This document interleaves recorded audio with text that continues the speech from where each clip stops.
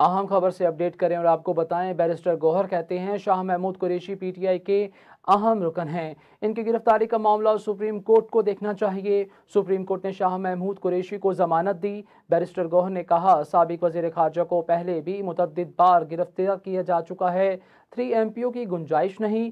आज़ाद और मुनसिफाना इलेक्शन के लिए ज़रूरी है कि गिरफ्तारियों का सिलसिला बंद किया जाए। आपको यहाँ पर अहम खबर से अपडेट कर रहे हैं। बैरिस्टर गौहर कहते हैं शाह महमूद कुरैशी पीटीआई के अहम रुकन हैं। इनकी गिरफ्तारी का मामला सुप्रीम कोर्ट को देखना चाहिए। सुप्रीम कोर्ट ने शाह महमूद कुरैशी को जमानत दी। बैरिस्टर गौहर ने कहा, साबिक वज़ीर ख़ारजा को पहले भी मुतअद्दिद बार गिरफ्तार किया जा चुका है।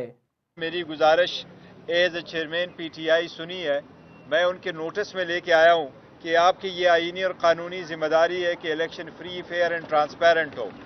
अगर सुप्रीम कोर्ट ने शाह महमूद कुरैशी साहब को बेल इस ग्राउंड पे दी है कि ये free and fair and transparent election के लिए भी ज़रूरी है, तो अब ये इलेक्शन कमीशन की जिम्मेदारी बनती है कि मेक श्योर करे उस पर अमल दरामद हो और वो जेल से बाहर आ जाए। इलेक्शन कमीशन ने ऑब्जर्व फरमाया कि आप हमें दरख्वास्त दें और इसके सिलसिले में हम एक्शन करेंगे।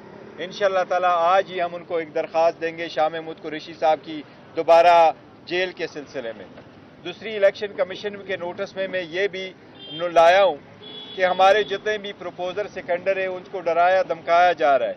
जितने लोगों से कागजात छीने गए, जितने लोगों को ज़द-ओ-कोब किया गया, जिनको हरास किया गया, इलेक्शन कमीशन ने भी कहा है कि इन राइटिंग उसकी हमें एक तफसील दे दे और जो भी जिम्मेदारान होंगे हम इंशाअल्लाह ताला उनके खिलाफ कार्रवाई करते।